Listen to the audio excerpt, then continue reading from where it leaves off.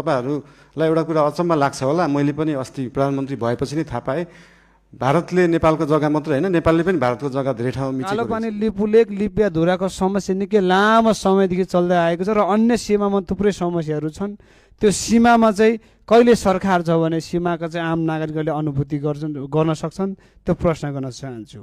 लिपुलेक लिम्पियाधुराको बारेमा उहाँले सोध्नुभयो, अघि पनि भनिसके, यो चाहिँ डिप्लोमेटिक रूपमा टेबल टक। तपाईहरुलाई एउटा कुरा अचम्म लाग्छ होला, मैले पनि अस्ति प्रधानमन्त्री भएपछि नै थाहा पाएँ, भारतले नेपालको जग्गा मात्र हैन, नेपालले पनि भारतको जग्गा धेरै ठाउँमा मिचेको रहेछ। अनि यो कुरा चाहिँ अस्ति भर्खरै थाहा पायो। त्यही भएर दुईटै देशले अध्ययन गरेर हामीले मिचेको छौँ, उहाँहरूले मिच्नु भएको छ, के छ त्यसलाई चाहिँ बसेर एउटा साथीको रूपमा समाधान गर्ने चाहिँ हामीले सोच राखेका छौँ। धन्यवाद।